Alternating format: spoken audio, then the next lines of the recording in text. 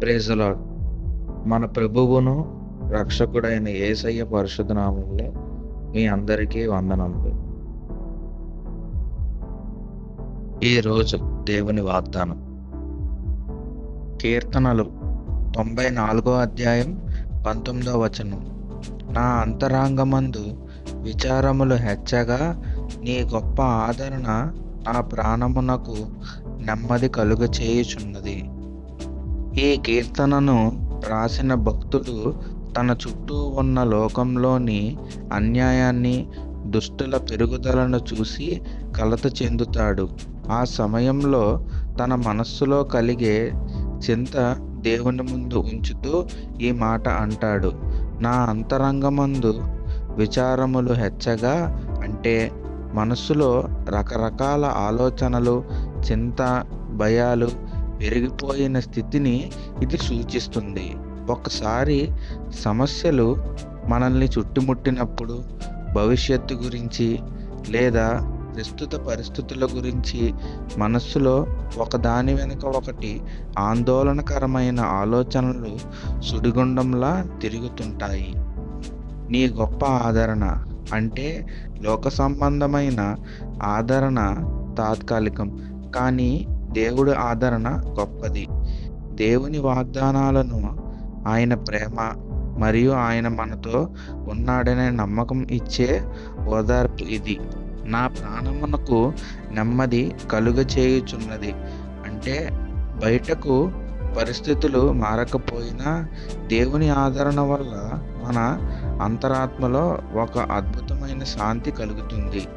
కల్లోలంగా ఉన్న మనస్సును దేవుడు కృప నిమ్మలపరుస్తుంది. మనస్సులో విచారాలు కలగడం సహజం. భక్తుడు కూడా వాటిని దాచుకోకుండా దేవుని ఎదుట ఒప్పుకున్నాడు. మన దుఃఖానికి మందు లోకంలో లేదు, దేవుని ఆదరణలోనే ఉంది.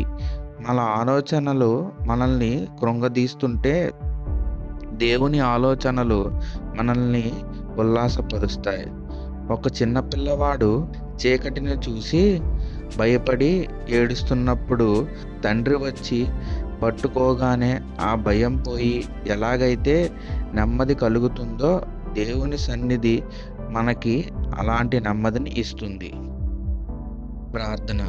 ప్రేమగల మా పరలోకపు తండ్రి, మీకు వేలాది వందనాలు, స్తుతులు, స్తోత్రాలు చెల్లించుకుంటున్నాం నాయన.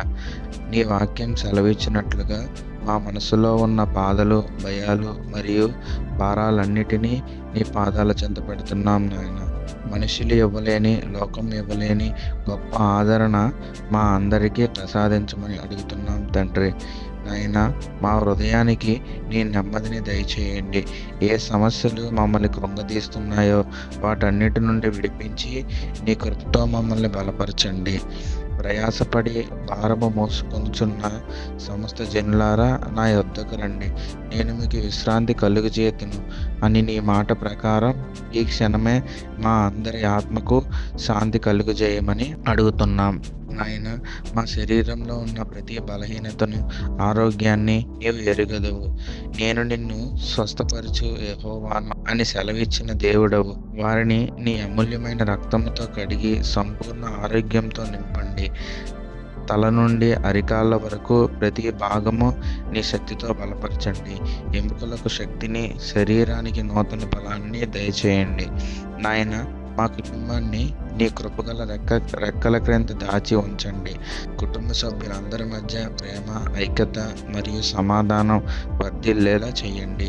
ఏ అపవాది శోధనలు, గొడవలు మా కుటుంబంలో చోటు చేసుకోకుండా నీ కంచెను వేయండి. మా అవసరతలన్నీ నీ మహిమ, ఐశ్వర్యం నుండి తీర్చబడాలని, మా ఇల్లు ఆశీర్వాదకరంగా ఉండాలని నీ యేసు నామములో ప్రార్థిస్తున్నాం తండ్రి. ఆమెన్.